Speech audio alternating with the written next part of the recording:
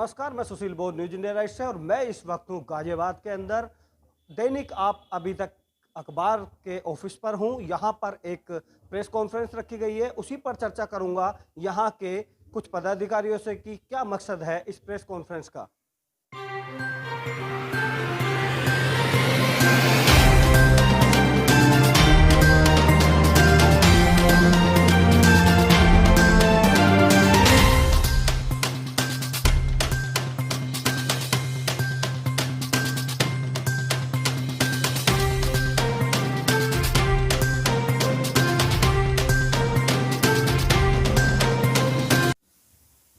आज एक press conference रखी गई है, उसके बारे में जानना चाहेंगे और सबसे पहले मैं आपका परिचय जानना चाहूँगा।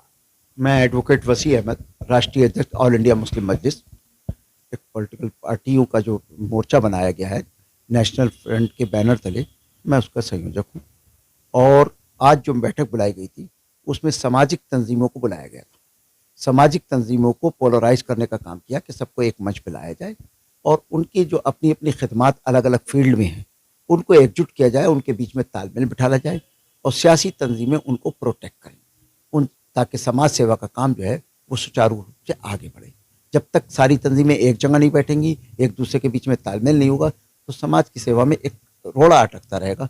अगर सब लाइन के लोग, अगर कुछ महिलाओं के लिए काम कर रहे हैं, कुछ शिक्षा के लिए काम कर रहे हैं, कुछ स्वास्थ्य के लिए काम कर रहे हैं, ऐसी तमाम तंजीमों को एक मंच पे लाने का मकसद था आज की मीटिंग में और उनको पोलराइज करके एक मोर्चे की शक्ल देना थी ताकि उनके बीच में अच्छा तालमेल बैठ सके। इसमें कुछ राजनीतिक पार्टियां भी होंगी या सामाजिक संस्थाएं होंगी? नेशनल फ्रंट ने 3 ग्रुप बनाए, एक पॉलिटिकल ग्रुप, एक सोशल ग्रुप और एक इंटेलेक्चुअल्स ग्रुप।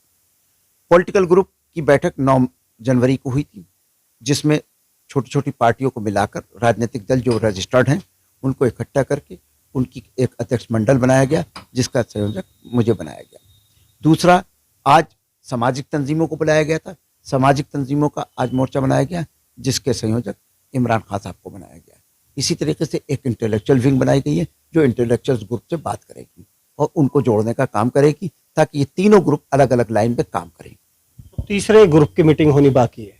इंटेलेक्चुअल ग्रुप की मीटिंग अभी होना बाकी है, जिम्मेदारी बांट दी गई है। तो राजनीतिक पार्टियां और सामाजिक संस्थाओं की बात करें तो कितनी पार्टियां गिनती के हिसाब से या सामाजिक संगठन गिनती के हिसाब से अब तक आप लोगों के साथ आए हैं? राजनीतिक पार्टियों में 16 संगठन तंजीमें हमारे साथ हैं और उसमें लगभग 13 तंजीमें हमारे साथ हैं सोशल में से। और इंटेलेक्चुअल विंग का आज बुनियाद रख दी गई है। उसकी अगली मीटिंग जब वो राब्ता कायम करेंगे, सबको लाएंगे, तो अगली मीटिंग उनकी रखी जाएगी। मैं Mohammad Tahir Hussain, advocate, Supreme Court में हूं और वैसे हम चीफ एडिटर भी हैं। करंट अफेयर्स लॉ टाइम्स एक हमारी मैगजीन है वकीलों की, उसका मैं चीफ एडिटर हूं जो पूरे ऑल इंडिया में जाती है। हमने जो है सन 1999 से लेकर अब तक 21 साल हो गए इस पर गहन सोच समझ करते हुए कि विचार करते हुए कि आखिर कैसा रास्ता अपनाया जाए। राजनीतिक एक व्यवसाय बन चुका है और एक परिवारवाद भी चल रहा है। तो इसमें हमने सोच करके देखा कि बहुत छोटी छोटी पार्टियां लोगों ने बनाया है, लेकिन जब चुनाव का ज़माना आता है तो वो भावनाओं का शिकार हो जाते हैं, खरीद फरोख्त हो जाते हैं, जात बिरादरी पर बढ़ जाते हैं। तो ऐसी स्थिति में जो है इन्हें हमने संगठित करने का काम किया और एक नाम दिया, एक मंच दिया। वो उस मंच का नाम जो है नेशनल फ्रंट ऑफ इंडिया रखा गया। जी, जो मकसद है, जो संगठन आप खड़ा कर रहे हैं, उसमें कई राजनीतिक पार्टियां आप लेके आ रहे हैं, कई सामाजिक संगठन लेके आ रहे हैं। क्या उम्मीद करते हैं कि एक ही मंच पे सभी की एक ही विचारधारा से काम कराया जाएगा? ऐसा नहीं है, बल्कि 3 विंग बनाया गया। एक जो है पॉलिटिकल, सोशल और एक इंटेलेक्चुअल, और इन तीनों को जो है एक बैलेंस दिया जाएगा, अनुशासन। और जब अनुशासित रहेंगे तो यकीनन है कि हम सफलता की सीढ़ी चढ़ते चले जाएंगे। और ये भी सही है कि ये भी नहीं कहा जाता है कि स्वार्थ नहीं है सियासत में। बिल्कुल खुलकर कहेंगे कि हम जनसेवा भी करेंगे, सियासत भी करेंगे, लेकिन पाकीजगी के साथ, पवित्रता के साथ हम कदम बढ़ाएंगे, जिसमें किसी की शोषण ना हो, किसी के अधिकारों का हनन ना हो। बल्कि अगर हमारा बेटा भी हो, अगर मुजरिम हो, तो अगर तराजू मेरे हाथ में हो, फैसला हम करेंगे कि हाँ बेटा मेरा मुजरिम है। ये सच को सच कहने की आदत डालो और ऐसा कोई काम मत करो जिससे इंसानियत शर्मसार हो। तो सुना आपने, तीन संगठन, तीन विंग्स बनाई गई हैं तीन संगठनों को लेकर।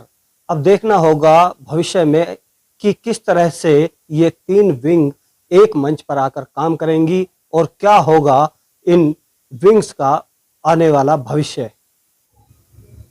कुछ पदाधिकारी मेरे साथ हैं, उनसे उनका परिचय और क्या क्या पद उनको दिया गया है वो जानेंगे। जी, सबसे पहले आपका नाम जानना चाहूँगा। यासीन हुसैन। जी, क्या पद मिला है आपको? तो हमें पद मिला है, जितने भी जिम्मेदार हैं नेशनल फ्रंट ऑफ इंडिया में और जो आगे बनने वाले हैं उन्हें एक जगह जोड़ने की, एक जगह इकट्ठा करने की जिम्मेदारी दी गई है। जी, नेशनल फ्रंट ऑफ इंडिया में किस पद पे आपको नोमित किया गया है? मैं मोहम्मद असलम सैफ़ी, मैं मुस्लिम महासभा का उत्तर प्रदेश सचिव, और आज जो मुस्लिम महासभा की पहचान से नेशनल फ्रंट ऑफ इंडिया में जो मुझे बुद्धिजीवी एक विंग बनाई गई है, उसमें जो मुझे जिम्मेदारी दी गई है, मैं उसका बखूबी से पूरा सहयोग करूंगा और हर संभव प्रयास करूंगा। जी, आपसे भी आपका नाम जानना चाहेंगे और किस पद से आपको नामित किया गया है? मेरा नाम नज़र मोहम्मद है।